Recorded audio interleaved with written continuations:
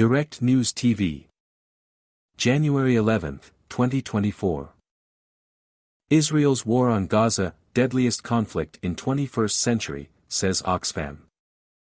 Just 1/5 of the 5,000 beds required to meet trauma and emergency needs in Gaza are available, UN spokesman Stefan Dujarric says. The International Court of Justice hears South Africa's case against Israel for allegedly committing genocide in Gaza. Israeli forces raid occupied West Bank towns. Al Jazeera's correspondent in the occupied West Bank reports raids on the northern city of Tulkarem and the nearby Nur Shams refugee camp, noting that sirens were sounding in both locations.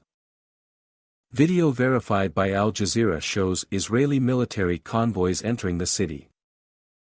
Additional video we verified shows a separate raid on the town of Yabad, southwest of Jenin, in the occupied West Bank. Israeli lawmaker Ahmad Tibi slams remarks by far-right ministers. The Arab-Israeli Knesset member Ahmad Tibi spoke out against remarks calling for the expulsion of Palestinians from Gaza. In a social media post, Tibi pointed out that after years of Arab lawmakers being accused by the right of defaming Israel, comments from members of the far-right are being used in a case that has damaged Israel's international image. Here today, as Israel is being sued in The Hague, the lawsuit cites countless members of the Knesset, said Tibi. And guess how many Arab MKs supporting terrorism and embracing terrorists are mentioned there? 0. Only Jewish ministers and judges on the right. Palestinians injured in Rafah strike taken to hospital for treatment. A number of Palestinians injured in an Israeli strike on a home in southern Gaza have been taken to Al-Najjar Hospital for treatment. 9 people were reported killed in the strike. In Rafah in the last hour, 9 Palestinians have been reported killed after the residential building they were taking refuge in was completely leveled, Al Jazeera correspondent Tariq Abu Azam reported from Rafah in southern Gaza.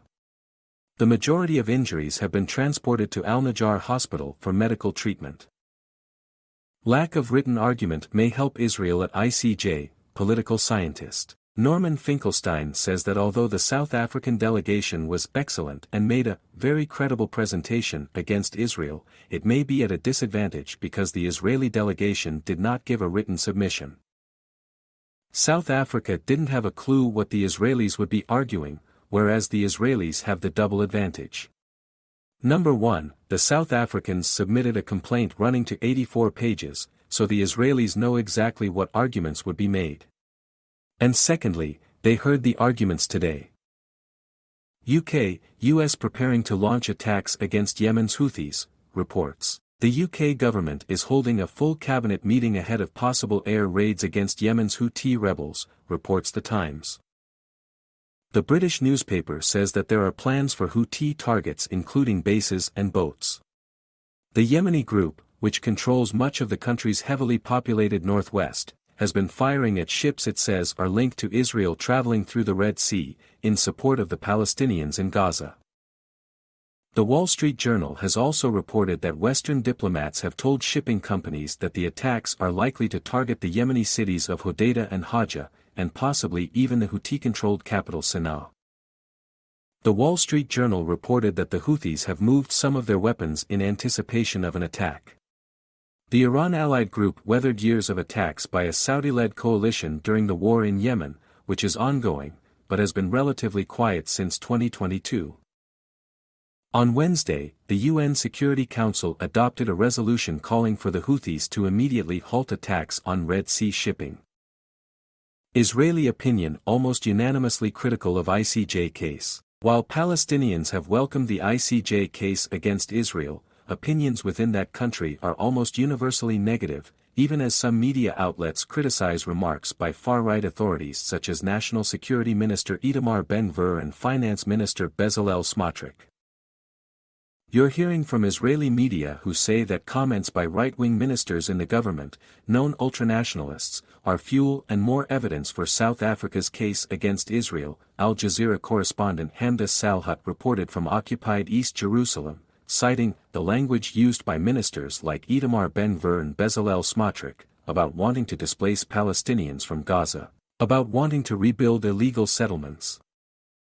But the Israeli political sphere on both sides of the aisle, even the opposition, have come out and said that this is hypocrisy and that the Israelis will do everything they can to defend their case, she added.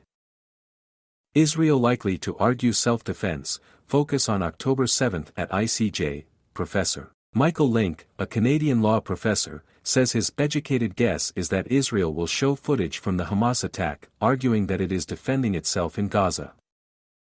When you're in a weak position as a lawyer representing a client, you want to try to argue your very best facts and try to get the court to focus on those and draw them away from the arguments, the facts, and the law that the other side has put forward, Link told Al Jazeera.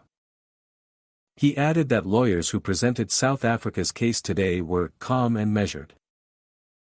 All of the lawyers laid out an extremely persuasive and strongly made case, and that reflects the top-drawer application that South Africa made 2 weeks ago to the court. Despite rejecting ICJ case, U.S. has not assessed Israel's war conduct. Several U.S. officials, including White House National Security spokesperson John Kirby, have called South Africa's filing accusing Israel of violating the UN Genocide Convention meritless and unfounded.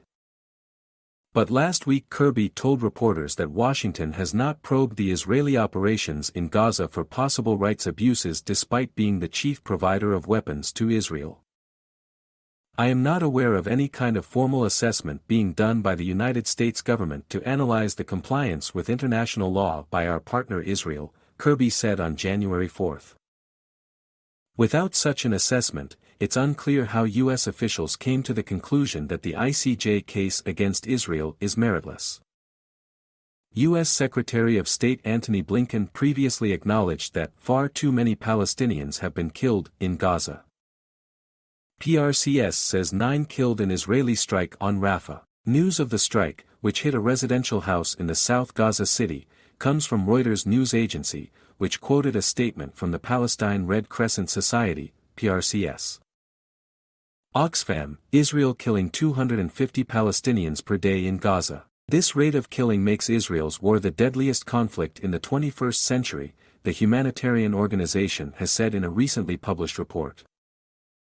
The daily death rate in Gaza is higher than that seen in the conflicts in Syria, 96.5 deaths per day, Sudan, 51.6, Iraq, 50.8, Ukraine, 43.9, Afghanistan, 23.8, and Yemen, 15.8, according to the report. The scale and atrocities that Israel is visiting upon Gaza are truly shocking. For 100 days the people of Gaza have endured a living hell. Nowhere is safe and the entire population is at risk of famine, said Sally Abi Khalil, Oxfam's Middle East director.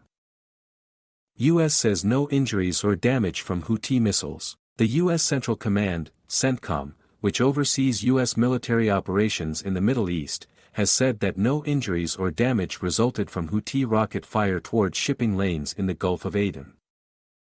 The U.S. says that the missile fire, which occurred at 2 a.m., 2300 hours Greenwich Mean Time on January 10, and originated from Houthi-controlled areas of Yemen, was the group's 27th attack on commercial shipping routes.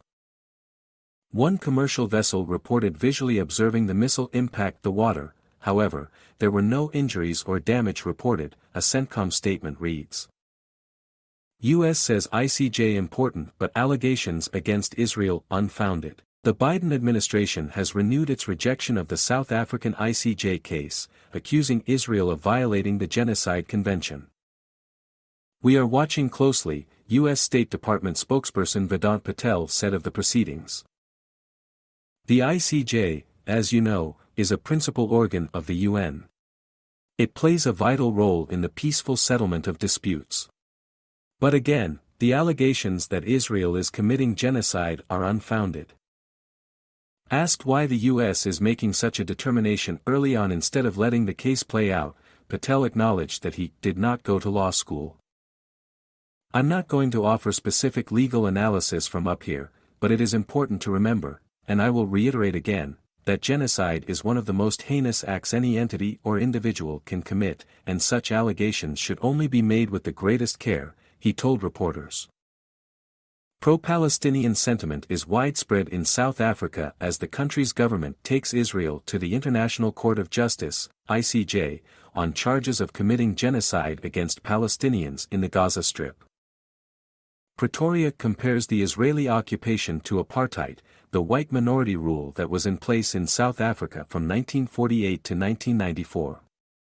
Veterans of the apartheid struggle, lawmakers in the governing Africa National Congress, ANC, and the opposition Economic Freedom Fighters, EFF, all have supported the case before the ICJ, which began hearing arguments on Thursday in The Hague.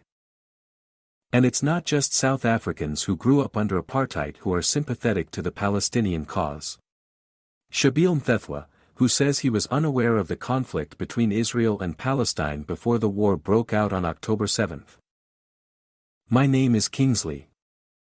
Please like, share, subscribe and hit that notification bell so you can be the first to be notified whenever we post. You won't regret it.